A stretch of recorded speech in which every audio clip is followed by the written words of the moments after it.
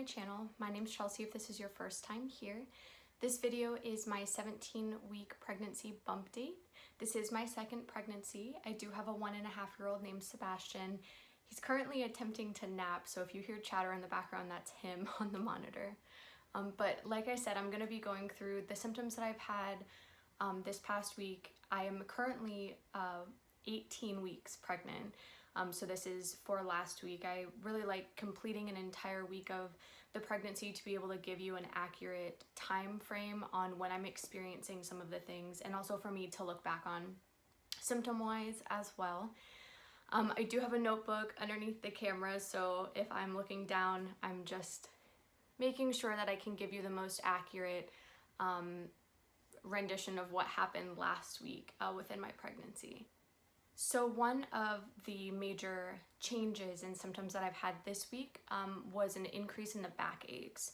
So last week I know that I had mentioned that I was starting to experience the backaches as the baby is starting to grow, my belly is starting to grow a little bit, but this is really hit more in like a sciatic pain type of feeling instead of just kind of like a backache from standing or movement. A couple of nights last week, my husband had to help me get up out of bed to even get into the bathroom because the back pain was pretty severe. So I do have a heating pad right next to the bed. I do have family members in my family that have some sort of a medical background that have told me that ice is actually better than heat, but for some reason the heat just seems to feel better at times. To kind of relieve any sort of tension that I'm experiencing in my back. This one decided to move over into my frame, so he will be here for my video. The acne is already starting to subside, which is a little bit different than my pregnancy with my first son. I am pregnant with another boy.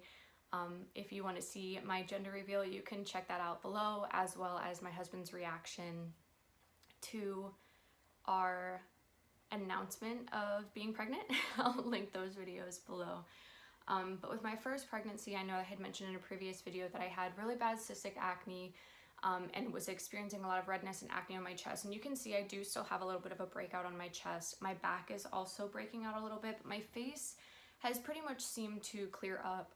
I do know that I also mentioned in a previous video that my doctor had approved me using over-the-counter acne medications such as salicylic acid and benzoyl peroxide.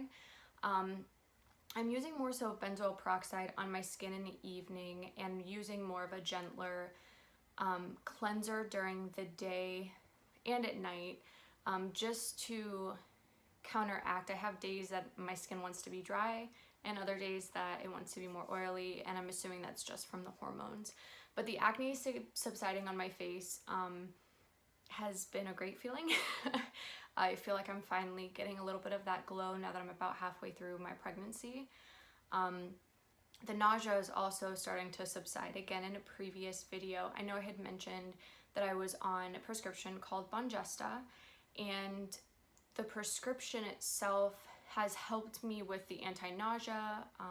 If I go too long without eating something, I don't necessarily feel like I'm going to get sick. I'm only taking it in the evening, and I'm realizing that I could probably start doing without that.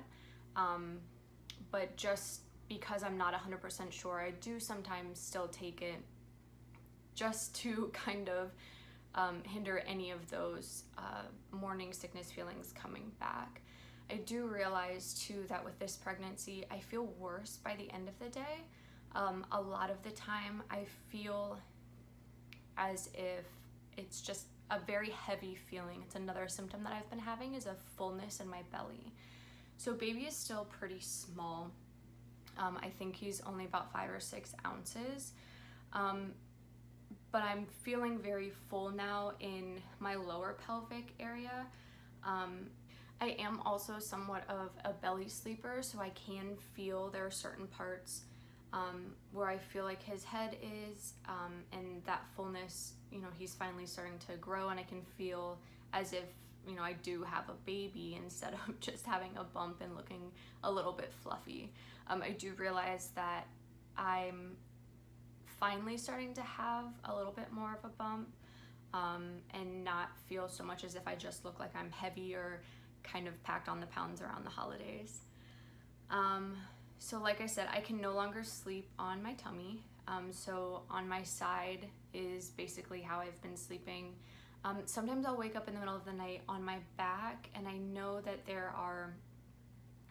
there's research that says that when you sleep on your back, can kind of stop the blood flow because of a certain vein that I guess baby kind of sits back on. So I try to turn myself as often as I can back onto my side, but I am starting to already realize that I'm struggling to sleep or get comfortable.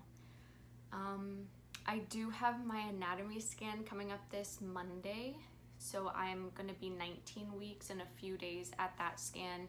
I will be recording some of that, so I will take you guys along. It'll be more of a vlog style video, which will be one of my first, should be interesting.